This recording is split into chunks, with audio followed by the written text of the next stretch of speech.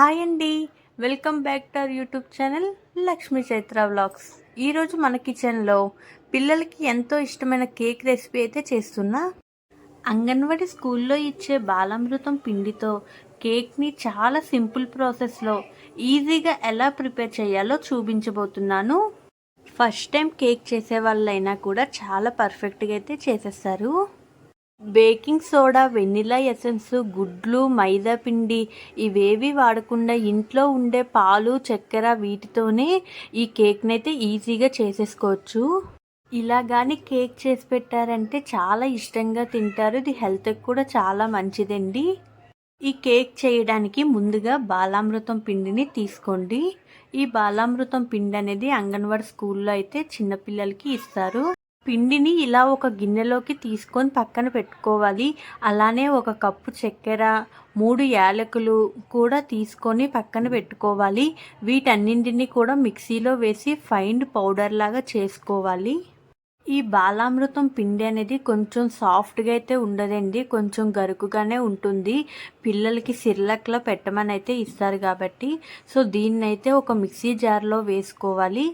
ఒక పావు కప్పు అంత చక్కెరని కూడా వేసుకోవాలి.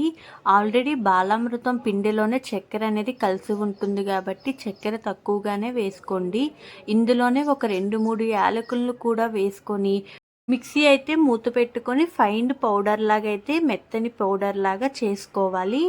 పిండిని ఇలా సాఫ్ట్గా గ్రైండ్ చేయడం వల్ల మనకి కేక్ అనేది చాలా సాఫ్ట్గా అయితే వస్తుంది.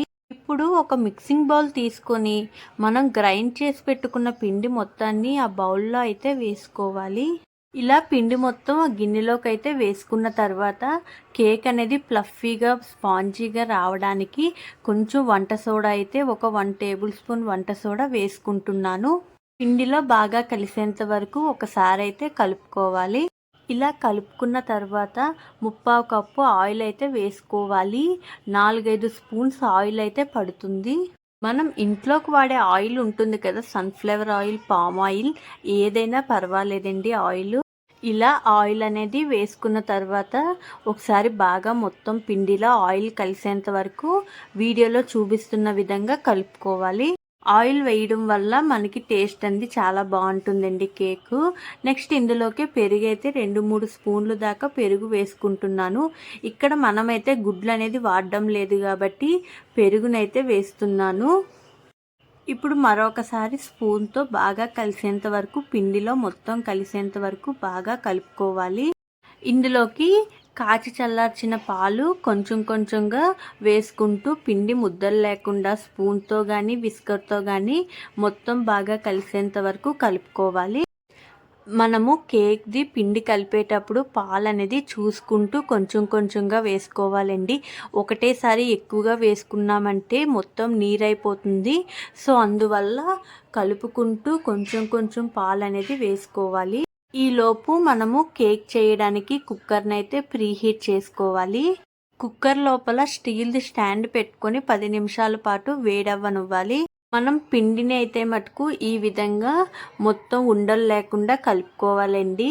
మీరు కావాలంటే మిక్సీ గిన్నెలో అయినా పిండి మొత్తాన్ని వేసి ఇలా మొత్తం మంచిగా ఉండలు లేకుండా ఈ విధంగా అయ్యేలాగా కలుపుకొని పెట్టుకుంటే కేక్ అనేది చాలా బాగా వస్తుంది.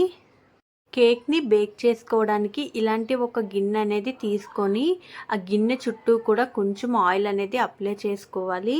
మనం ముందుగా కేక్ బ్యాటర్ని అయితే ప్రిపేర్ చేసుకున్నాం కదా, ఆ కేక్ బ్యాటర్ మొత్తాన్ని కూడా ఈ గిన్నెలోకి అయితే ట్రాన్స్ఫర్ చేసుకోవాలి. ఇలా కేక్ బ్యాటర్ మొత్తం వేసుకున్న తర్వాత గిన్నెని 2-3 సార్లు పైకి కిందకి ట్యాప్ చేయాలి. ఇలా చేయడం వల్ల ఎయిర్ గ్యాప్స్ ఏమైనా ఉంటే పోతాయి. మనం ఇందాకలా ఆల్రెడీ ప్రీహీట్ చేసి పెట్టిన కుక్కర్ గిన్నె ఉంది కదా, అందులో ఈ కేక్ని అయితే మొత్తాన్ని కూడా గిన్నెతో పెట్టుకోవాలి. ఆవిరి అనేది పోకుండా పైనుంచి ఏదైనా టైట్గా మూత అనేది పెట్టుకొని ఒక 1/2 అవర్ మనం కేక్ని బేక్ చేసామంటే ఎంతో టేస్టీ అయిన కేక్ అయితే రెడీ అయిపోతుంది. కేక్ అనేది మంచిగా ఉడికిందా లేదా అనేసి ఒక చాక్తో ఈ విధంగా కేక్ లోపల చాక్ అనేది పెట్టామంటే, చాక్ అనేది బయటకి ఈజీగా వచ్చిందంటే కేక్ అనేది రెడీ అయిపోయినట్టే. చూస్తున్నారు కదా, ఎంతో టేస్టీ అయిన బాలామృతం పిండితో చేసిన కేక్ అయితే చాలా బాగా వచ్చిందండి.